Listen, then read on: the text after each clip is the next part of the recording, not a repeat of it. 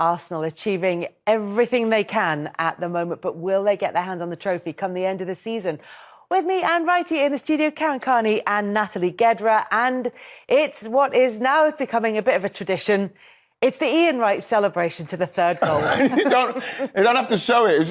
It was all over by now. We will anyway. Oh, what a goal.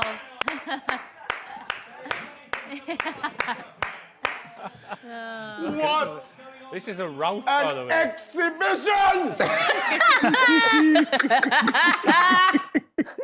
You enjoying your football at the moment? Honestly, it's brilliant. It's brilliant because the guys they're doing it, they're getting it done, and they're doing it in the way that Mikel wants us to play.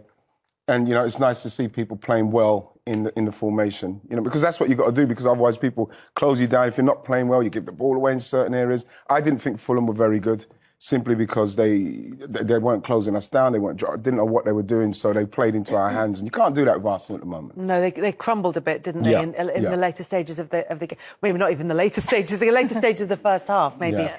But when you look at Arsenal, the way this season has panned out for them, and the hurdles in terms of too small a squad to cope with an injury, then they get a major injury, they get past that. This is going to be really difficult for them. They've got a period where for a few weeks Manchester City play first. Will they cope with the pressure if City can get closer to them? Will they cope with Manchester City beating them at the Emirates? And each time, it seems so far, they've been able to get over that hurdle. Yeah, and you know what? The manager, there's no excuses. He just keeps going. There's a belief within him, and he's cold. He just wants keep pushing. And I think was it that in the training ground, there's an empty piece waiting for the Premier League. Someone was saying, and Mikel Arteta, when you obviously walking past that every day, and he's going there, driving the club, driving the culture, you can see why there's no excuses and why those little bumps that we keep going. That's a bump. We just keep getting over it, no problem. And against Fulham have been doing well, overachieving perhaps some people might say, but nevertheless, they're up there and been doing well. It was seamless against them. They absolutely turned them over. The style, the intensity, some of the football they were playing. If you're going to go and watch a team perform, it would be Arsenal at the moment, and with brilliant young players and a great manager as well. Yeah, that's the thing, Natalie. They're doing it in style. They're exciting to watch. No, definitely. And the problems, the hurdles that came up in the way, they really turned into a lemonade. It's impressive because not only they found solutions, they found different ways to attack. And now with Trossard, of course, there was the transfer window and they did really well with Trossard. But they found this way. I remember the Leicester match when he first played with Trossard and Martinelli and Saka, and speaking to Martinelli afterwards, and he was like, oh no, that really works because it's a reference that he had already with Gabriel Jesus, and Arteta saw that in Trossard, and now they have a good problem because Gabriel is coming back, but now they have different ways to attack. They had a problem, and not only they found a solution, they found other solutions as well. Yeah.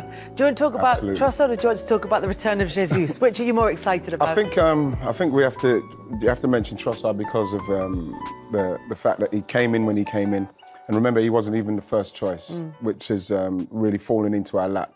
But he's somebody that came in and he's ready to go. And from the first game to now, he's just got better and better at what he's doing. Because, like I say, with Gabriel, with Martinelli, I think that what happened with him and Eddie... You can't say Gabriel because there's three of them.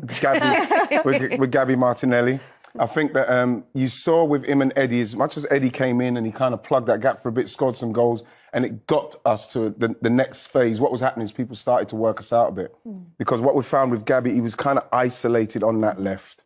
When you look at Saka, he's got Ben White coming round, he's got Martin Odegaard coming across, but then you've got Zinchenko maybe too far from Gabby. Gabby's up there on his own. By the time the ball gets across there, Kaz, he's like two players and he's trying to take them on, whereas when Jesus is playing, they swap, they move around, and Trossard does the same. They swap and move around, and you look at the goals that Gabby scored recently as well, and Trossard, they're both in the middle of the goal when they're scoring their goals. So that's something that's come back, which Jesus will then bring back even more, because that's what he does. Very aggressive, hard runner, hard worker, interchanging spaces. It's very exciting now because, like you mentioned, Kels, people talking about when he's gone, what they're going to do when he goes, and kind of dealt with it, and now he's back. So we should be very excited about that. Yeah, on Trossard, he got a hat-trick when he was playing for Brighton against Liverpool, got a hat-trick of assists in this game for Arsenal against Fulham, and he's enjoying this one nearly as much. But it is, I think what Natalie was saying about the fact that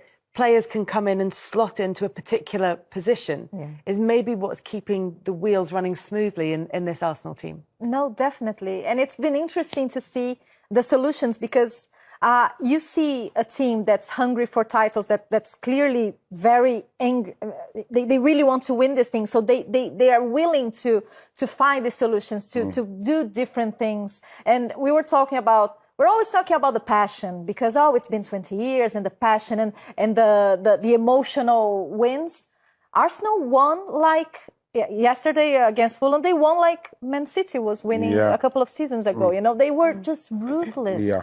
It was a parade. It was just, and it was Fulham. When I watched when I saw the fixture list, I was like, Fulham away. I don't know. It's tricky. It's a tricky one. And they made it look easy. And that's winning like a champion as well, because you always think about the big wins, the last minute goal and just fighting until the end. But that's winning like a champion too, because Man City did it for a couple of seasons playing like that. And now Arsenal also shows this type of maturity. You know what you have to look at? There's a pattern emerging with Arsenal, is how they start and when they score the first goal. When they score the first goal, they do go on to really control and finish the game off. And I think that's what happened.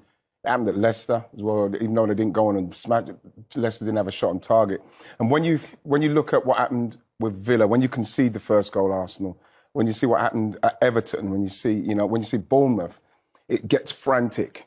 It gets frantic. And that's what at the start of the season Arsenal was doing. They were scoring first and they were really blasting teams. And it's almost like that's their superpower. And you can't get back at them.